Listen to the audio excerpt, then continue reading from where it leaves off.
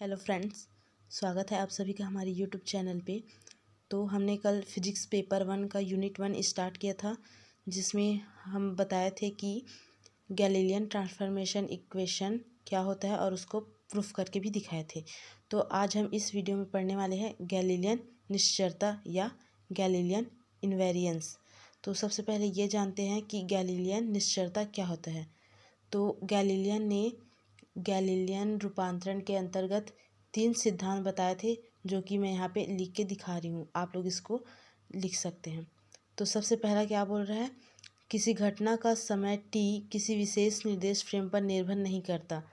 मतलब जैसे मैं बोलूँ कि अभी मेरा टाइम है, अभी 10 बज रहा है, तो मेरे लिए 10 बज रहा है तो आपके लिए भी 10 बज रहा होगा। मतलब जो मेरा टाइम है और जो आपका टाइम है वो क्या है, इक्वल है, दोनों के लिए इक्वल है। तो यहाँ पर वही बोला गया है कि जो फ्रेम एस के लिए जो टाइम रहेगा और जो फ्रेम एस डैश के लिए जो टाइम रहेगा वो क्या होगा, दोनों इक्वल होगा। इसको यहीं पे ये चीज़ बताया गया है। तो अब फर्स्ट वाला हो गया, अब सेकंड वाला देखते हैं। दो कणों के बीच की दूरी किसी विशेष निर्देश फ्रेम पर निर्भर नहीं करती। मतलब ये क्या बोल रहे हैं, जैसे मैं मान लेती हूँ यहाँ पे एक कण है पार्टिकल P1 और पार्टिकल P2, तो इसके बीच जो डिस्टेंस रहेगा वो किसी फ्रेम पर निर्भर नहीं करेगा। ठीक है, अब थर्ड वाला देखते हैं, इसमें क्या बोल रहे हैं, एक ही बिंदु पर दो अलग अलग क्षणों पर होने वाली घटना का समयांतर किसी विशेष निर्देश फ्रेम पर निर्भर नहीं करता। मतलब ये क्या बोल रहे हैं कि इसमें जैसे कोई दो बिंदु है, जैसे यहाँ पे ये एक बिंदु हो गया, ये दो बिंदु हो गए, तो इनके बीच जो टाइम इंटरवल होगा वो किसी फ्रेम पर निर्भर नहीं करेगा, ऐसा बोल रहा है। जैसे मैं बोलूँगी कि यहाँ पे 11 बज रहा है और यहाँ पर बज रहा है 1, तो दोनों के बीच का जो टाइम इंटरवल होगा वो कितना होगा, 2 घंटा होगा। तो उसी चीज़ को बोल रहे हैं कि किसी का मतलब किसी दो बिंदु के बीच के टाइम इंटरवल, जो दोनों के बीच का जो टाइम इंटरवल होगा वो किसी फ्रेम पर निर्भर नहीं करेगा। ठीक है, उम्मीद करती हूँ आप लोग को इतना समझ आ गया होगा। तो अब हम ये जानते हैं कि इसके अंतर्गत हमें 3 चीज़ों को प्रूफ करके दिखाना होता है। पहला है न्यूटन का गति नियम, दूसरा है संवेग संरक्षण का नियम और तीसरा है ऊर्जा संरक्षण का नियम। तो सबसे पहले हम न्यूटन का गति विषयक नियम को प्रूफ करके दिखाते हैं। तो इसको प्रूफ करने के लिए हमें गैलीलियन रूपांतरण क्या होता है वो पता होना चाहिए, जो कि हमने पिछले क्लास में पढ़ा था। तो हमने गैलीलियन रूपांतरण में क्या पढ़ा था कि उसमें एक फॉर्मूला बताई थी मैं, x dash is equals to x minus v t. ठीक है, ये बताई थी। उसके बाद हमने उसमें क्या पढ़ा था, y is equals to y dash, मतलब दोनों इक्वल होते हैं। इसी प्रकार से क्या हो जाएगा, z is equals to z dash और a equals to a dash. हमने उसमें यहाँ इसको प्रूफ करके भी दिखाए थे उस गैलीलियन ट्रांसफॉर्मेशन इक्वेशन के रूप में। तो हमने गैलीलियन रूपांतरण से इतना कुछ जाना था, तो हम इसी का यूज़ करेंगे इसको सॉल्व करने के लिए। तो हम सबसे पहले फ्रेम एस के लिए निकालते हैं, फ्रेम एस के लिए। तो इसके लिए सबसे पहले हम यूज़ करेंगे न्यूटन का सेकंड लॉ। तो न्यूटन का सेकंड लॉ क्या होता है, f is equals to m a. इसको हम कैसे बोलते हैं, जो बल होता है वो द्रव्यमान व त्वरण के गुणनफल के बराबर होता है। तो ठीक है, ये फ्रेम एस के लिए हमने क्या निकाला है, f is equals to m a. इसको दे देती हूँ मैं इक्वेशन नंबर फर्स्ट। अब इसी प्रकार हम क्या निकालेंगे, फ्रेम एस डैश के लिए। तो फ्रेम एस के लिए f is equals to m a निकाले हैं, तो फ्रेम एस डैश के लिए क्या हो जाएगा, f dash is equals to m a dash. इसको दे देती हूँ मैं इक्वेशन नंबर 2।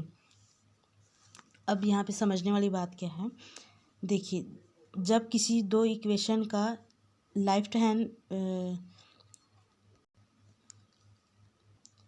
तो मैं बोली कि जब किसी दो इक्वेशन का लेफ़्ट हैंड साइड बराबर होता है तो उसका राइट हैंड साइड अपने आप बराबर हो जाता है। तो देखिए, यहाँ पे m है, यहाँ पे भी m है, यहाँ a है तो यहाँ a डैश है। लेकिन हमने यहाँ पे पढ़ा है कि a और a डैश दोनों इक्वल है। तो यहाँ पे देख सकते हैं लेफ़्ट हैंड साइड दोनों इक्वल है, तो राइट हैंड साइड अपने आप इक्वल हो जाएगा। तो हम इसको क्या लिखेंगे, f is equals to f dash, और हमको यही प्रूफ करके दिखाना था। ये जो हमने निकाला है उसको हम क्या बोलते हैं, और जड़त्वीय फ्रेम का नियम भी कहते हैं। ये हो गया हमारा फर्स्ट वाला जो प्रूफ करके दिखाना था हमने कर दिया। अब हम इसके आगे जो संवेग संरक्षण का नियम है उसको प्रूफ करके दिखाते हैं। अब हम संवेग संरक्षण का सिद्धांत इसको प्रूफ करते हैं। तो इसके लिए हम सबसे पहले मानते हैं कि माना कोई दो पार्टिकल है P1 व P डैश, तो फ्रेम S व S डैश के लिए हम क्या निकालेंगे, संवेग निकालेंगे, प्रारंभिक वेग निकालेंगे, द्रव्यमान निकालेंगे और अंतिम वेग निकालेंगे। ठीक है, इतना निकालने के बाद अब हम ये जान लेते हैं कि इसमें हमें प्रूफ क्या करना पड़ेगा। जैसे हमें प्रूफ ये करना है कि हम हमेशा S को लेके चलते हैं और हमें लाना क्या होता है, एस डैश। मतलब मैं एस को लेके चलूँगी तो हमारे पास एस डैश मिलना चाहिए। फिर लास्ट में ये एस और एस डैश इक्वल भी होना चाहिए। इसी को हमें प्रूफ करके दिखाना है। तो मैं आप लोग को बोली अभी कि हमें फ्रेम एस व एस डैश के लिए संवेग, प्रारंभिक वेग, द्रव्यमान व अंतिम वेग निकालना है। तो देखते हैं कि फ्रेम एस के लिए संवेग क्या हो जाएगा, यहाँ पे P1 और एस डैश के लिए P2, और वैसे ही प्रारंभिक वेग क्या हो जाएगा, U1 और ये U2, और उसके बाद द्रव्यमान हो जाएगा M1 और ये M2, और अंतिम वेग हो जाएगा V1 और ये V2। अब इसको प्रूफ करने के लिए हमें एक फॉर्मूला लिखते हैं, उसको हमें याद रखना पड़ेगा। तो देखिए फॉर्मूला क्या है। तो यही है वो फार्मूला जिसको हमें याद करके रखना पड़ेगा, और मैं इसको दे देती हूँ इक्वेशन नंबर फर्स्ट। अब इसी के अकॉर्डिंग हम इसको आगे सॉल्व करेंगे। तो हमने गैलीलियन रूपांतरण से एक फार्मूला और पढ़ा था, x is equals to x dash plus v t. ठीक है, अब यहाँ पे जो t है इसको मैं t इज इक्वल्स टू 1 मान लेती हूँ, क्योंकि टाइम को हम 1 मिनट 1 सेकंड कुछ भी मान सकते हैं। यहाँ पे टाइम को कुछ भी कंसीडर कर सकते हैं हम। तो यहाँ पे क्या हो जाएगा, जब मैं t इज इक्वल्स टू 1 लूँगी तो x is equals to x dash plus v इतना हो जाएगा, क्योंकि यहाँ पे मैं लिख देती हूँ t इज इक्वल्स टू 1। ठीक है, अब जैसे हमने x का मान निकाला उसी प्रकार हम u का भी मान निकालेंगे और v का भी मान निकालेंगे। तो चलो निकालते हैं। तो देखिए जैसे हमने x is equals to x dash plus v निकाले थे, तो यहाँ पे u1 इज इक्वल्स टू क्या हो जाएगा, u1 dash plus v, u2 is equals to क्या हो जाएगा, u2 dash plus v, v1 is equals to क्या हो जाएगा, v1 dash plus v, v2 is equals to क्या हो जाएगा, v2 डैश प्लस वी। अब मैं इसको दे देती हूँ इक्वेशन नंबर 2। अब हम क्या करेंगे, इक्वेशन नंबर जो 2 निकाले हैं उसको फर्स्ट में रखेंगे। तो चलिए रखते हैं। तो यहाँ पे आप लोग देख सकते हैं मैंने समीकरण 2 का मान समीकरण 1 में पुट कर दिया है। तो अब हम इसको आगे सॉल्व कैसे करेंगे, इस m का इधर अंदर गुना कर देंगे, इसका इसमें अंदर गुना करेंगे, और बीच में इक्वल टू है। अब इसका m का इसमें गुना करेंगे और इसका भी इसमें गुना करेंगे। तो इसमें गुना करने के बाद क्या आता है हमारे पास, देखिए। तो आप लोग देख सकते हैं कि हमने अंदर गुना किया है, उसके बाद हमें क्या मिला है। अब इसके बाद हमें क्या करना है, जो ये इक्वल्स टू है, जो इधर का जो जैसे यहाँ पे mv है तो इधर भी mv है, यहाँ पे भी mv है तो इधर भी एक mv है, तो ये दोनों इक्वल है। तो हम इसको क्या करेंगे, कट कर देंगे। ठीक है, ये कट हो जाएगा। तो अब हमारे पास क्या बचा, उसको हम नीचे लिखते हैं। तो अब आप लोग देख सकते हैं कि हमारे पास जो कट किए हैं उसके बाद हमारे पास क्या बचा है, mu1 dash plus mu2 dash equals to mv1 dash plus mv2 dash. तो अब मैं इसको दे देती हूँ इक्वेशन नंबर 3। ठीक है, अब आप लोग देख सकते हैं ये वाला और ये वाला सेम है, लेकिन सिर्फ अंतर क्या है, इसमें कोई भी डैश नहीं है और इसमें डैश में आया है। तो मैं क्या बोली थी आप लोग को कि हम जो एस लेके चलेंगे वो बिना डैश के रहेगा, और हमें आंसर में क्या मिलना चाहिए, एस डैश। मतलब यहाँ पे हम इसको पी माने हैं, तो ये हमारे पास क्या आ गया, ये पी डैश में आ गया। ठीक है, तो अब हम इसको लिख सकते हैं समीकरण 1 व समीकरण 3 से। तो लिखती हूँ मैं यहाँ पे equation number first and third से p is equals to p dash, और यही हमको क्या करना था, प्रूफ करना था। तो ये हो गया हमारा प्रूफ। अब हम थर्ड वाला प्रूफ करते हैं। तो अब हमारा थर्ड वाला क्या है, ऊर्जा संरक्षण का नियम। ऊर्जा संरक्षण का नियम क्या होता है, जिसमें हम ऊर्जा को ना तो उत्पन्न कर सकते हैं और ना ही नष्ट कर सकते हैं। इसको हम एक जगह से दूसरी जगह सिर्फ ट्रांसफ़र ही कर सकते हैं। इसी को हम ऊर्जा संरक्षण का नियम बोलते हैं।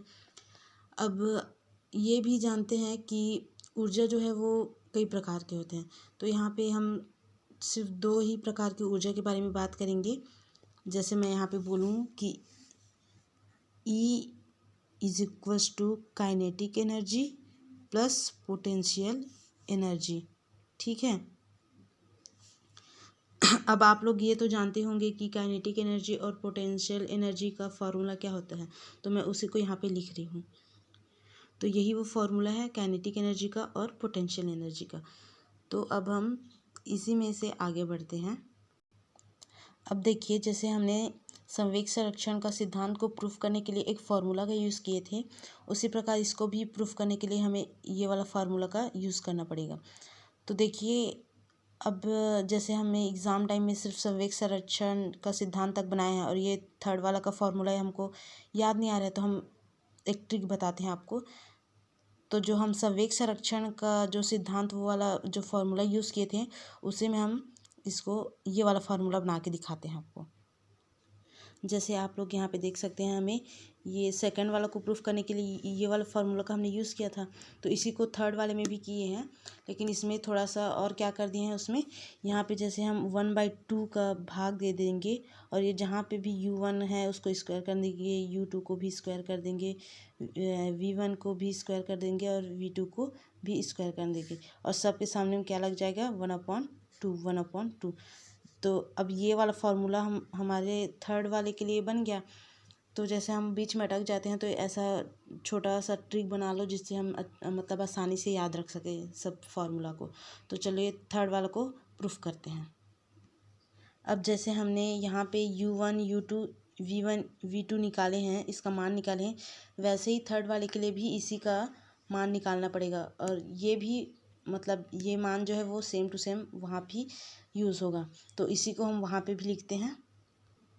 अब यहाँ पे देखिए, हम यहाँ पे भी वही करेंगे, जो U1 U2 और V1 V2 का जो मान निकाला है उसको इक्वेशन नंबर फर्स्ट में रखेंगे। तो चलिए रखते हैं। अब यहाँ पे देखिए, मैंने इसका मान समीकरण 1 में रख दिया है। तो जहाँ जहाँ U1 है वहाँ पे U1 का मान रखा है, जहाँ U2 है वहाँ U2 का मान रखा है, और जहाँ V1 है वहाँ V1 का मान रखा है, और जहाँ V2 है वहाँ V2 का मान रखा है। तो इतना है हमारा। अब यहाँ पे ध्यान दीजिए, ये जो U1 डैश प्लस V का होल स्क्वायर है, यहाँ पे कौन सा फॉर्मूला यूज़ हो रहा है, A प्लस B का होल स्क्वायर। तो हम इसको इससे ओपन करेंगे। ठीक है। तो U1 डैश को A मान लेते हैं और V को B मान लेते हैं। तो उसके बाद हम ओपन करेंगे तो कैसे होगा, U1 डैश का स्क्वायर प्लस V का square plus 2U1 dash V। फिर सब में वही फार्मूला यूज़ करेंगे, तो सबको वैसे ही ओपन करेंगे। ठीक है। उसके बाद हम इसको आगे सॉल्व करते हैं। अब हम क्या करेंगे, इसमें ये जो 1/2 M1 का ये जो बाहर में है उसको इसमें अंदर में गुना करेंगे, फिर इसको भी इसमें ऐसे गुना करेंगे, फिर इक्वल्स टू है, उसके बाद इधर भी है 1/2 M1, इसको इसमें गुना करेंगे और इसको भी इसमें गुना करेंगे। तो चलिए करते हैं। तो अब आप लोग यहाँ पे देख सकते हैं कि मैंने इसका अंदर में गुना किया है, तो हमें इतना मिला है। अब हम यहाँ पे देखते हैं कि जो यहाँ पे इक्वल है, तो यहाँ पे जो सेम वैल्यू है उसको हम कट कर देंगे। तो यहाँ पे देखिए 1/2 M1 V स्क्वायर और यहाँ पे 1/2 M1 V स्क्वायर, ये दोनों सेम है। और वैसे ही और कौन सा सेम है, ये देखिए 1/2 M2 V स्क्वायर और यहाँ पे 1/2 M2 V स्क्वायर, ये दोनों सेम है। इतना कटेगा, और देखिए कुछ कटेगा क्या, और तो कुछ दिख नहीं रहा है। अब देखते हैं जो बचा है उसको हम लिख देंगे। तो चलिए लिखिए। तो अब आप लोग देख सकते हैं कि ये सब कटाने के बाद हमारे पास जो जो बचा था उसको मैंने यहाँ पे लिख दिया है। अब देखिए यहाँ पे ध्यान से, हमने जो फॉर्मूला लिए थे उसको लेकर चल रहे थे। यहाँ पे देखिए, अगर ये हमारे ये वाला पोर्शन और ये वाला पोर्शन अगर कट जाएगा तो हमें यही प्राप्त होगा, यही मिल जाएगा ना। ये हमारा S में था और ये हमारा S डैश में आ जाएगा अगर ये वाला कट जाएगा तो। अब हम इसको कटाने के लिए क्या करते हैं, संवेग संरक्षण का नियम उसको यूज़ करते हैं। जब हम उसको यूज़ करेंगे तो ये अपने आप कट जाएगा। तो चलिए देखते हैं। तो यहाँ पे देखिए संवेग संरक्षण का नियम क्या होता है, m1 u1 dash plus m2 u2 dash. तो यहाँ पे क्या बोल रहा है, जो m1 u1 dash plus m2 u2 dash होगा वो m1 v1 dash plus m2 v2 dash के इक्वल होगा। यहाँ पे देख सकते हैं। तो इसके हिसाब से हमारा जो पोर्शन था वो अपने आप कट जाएगा, ठीक है। तो अब उसको कट करने के बाद हमारे पास क्या बचेगा उसको लिखते हैं। तो ये आप लोग देख सकते हैं हमारे पास इतना ही बच रहा है। तो हम लेके चले थे एस और हमारे पास आ गया एस डैश। तो हमें यही प्रूफ करना था। इसको हमने दे दिया इक्वेशन नंबर 3। तो हम लास्ट में क्या लिखेंगे, अतः ऊर्जा संरक्षण का नियम एस डैश में भी लागू होता है। ये हमको प्रूफ करना था। तो ये क्वेश्चन हमारा कंप्लीट हो गया। Thank you.